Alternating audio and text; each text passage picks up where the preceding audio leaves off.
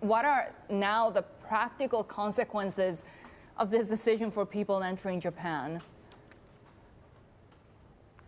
So unlike some of its Asian peers, Japan never pursued a COVID-0 policy. And considering that, its border restrictions have been very restrictive indeed relative to other parts of the world.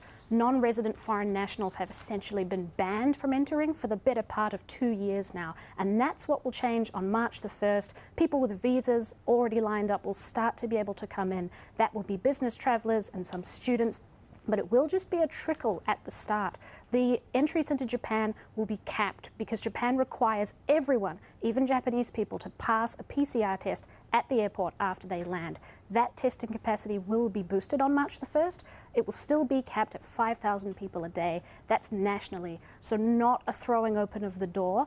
It's just a widening of the aperture at this point, but it is a bit of a watershed moment for reopening the border. It's certainly something that business lobbies here have been clamoring for, saying we need foreign workers in, we need business travel resumed, or Japan will be left behind. So the business community welcoming that. Do we assume that this is going to be a broadly popular move politically for the Prime Minister?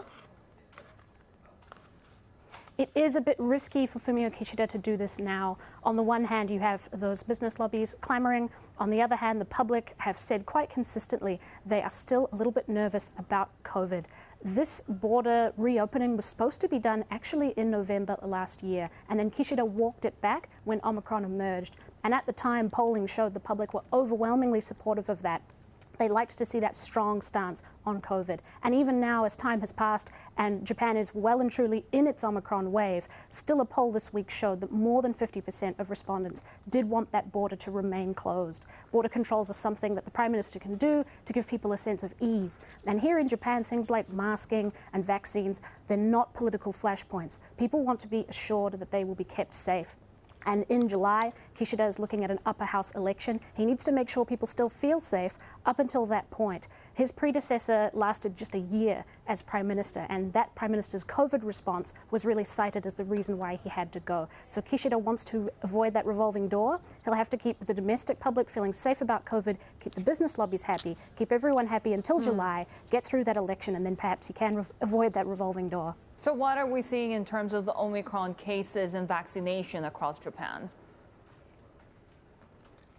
We absolutely are in the wave here now of Omicron. Cases may have peaked in Tokyo. They are, the 7-day average is tending down, but serious cases requiring hospitalizations and deaths, those are a bit of a lagging indicator after cases, and deaths have been over 200 now for several days in a row.